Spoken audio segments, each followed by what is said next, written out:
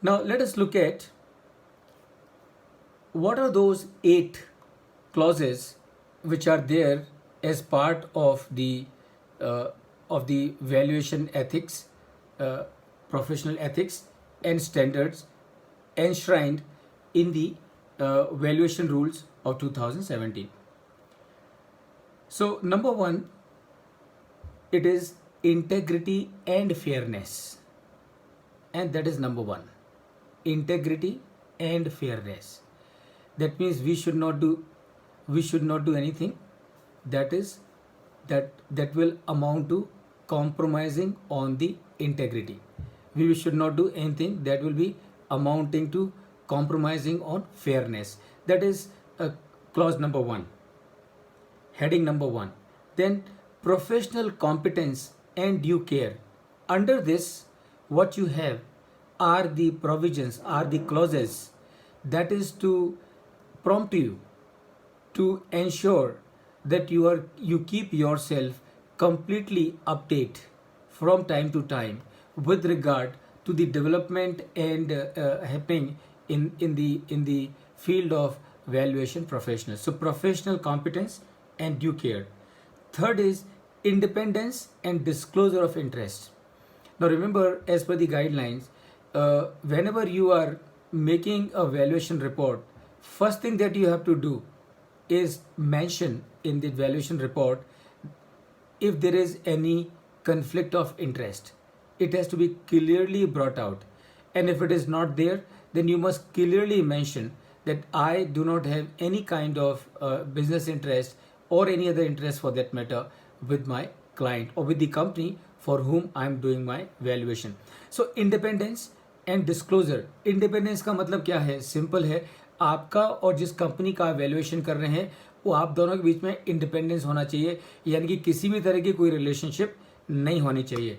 And you also need to make a disclosure of interest कि भाई this is what is my interest if at all there is any. Confidentiality.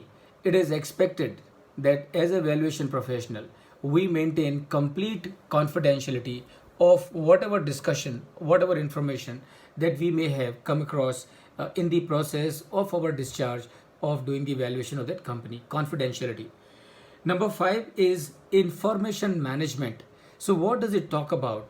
It talks about as to for how many years you will have to you will have to maintain the records, and how will you keep your records, how will you do the recording, how will you keep your records intact so that in case if the need arises they are available for the purpose of tomorrow. So that is information management.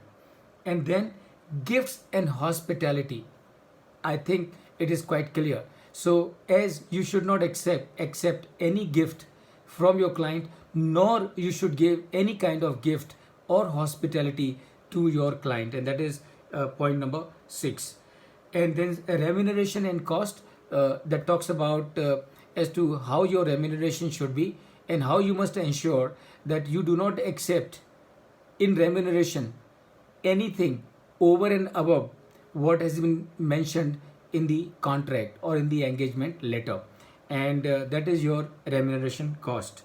And finally, occupation, employability and restrictions. And under this heading 8, it talks about that you cannot be in the employment and simultaneously practice as a valuation professional. Today, as it stands, you are practicing as a chartered accountant, you are practicing as a company secretary, you are practicing as a cost accountant. You can continue to practice as a registered valuer also. There is no restriction as far as these practices are concerned. But you cannot you cannot be in the employment and at the same time also be a registered valuer. That is not permissible.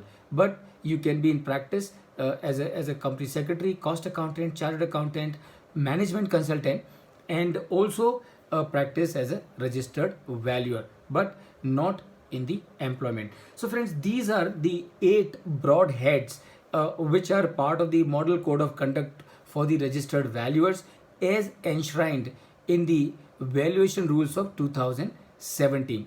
Now what we will do, we will go over to all these 8 headings one by one, and under these 8 headings there are 29 different clauses. Look at those 29 clauses and please listen to me with full attention, so that this become part of your memory, and I'm sure it will help you when you reread all these model code of conduct in due course for your own preparation.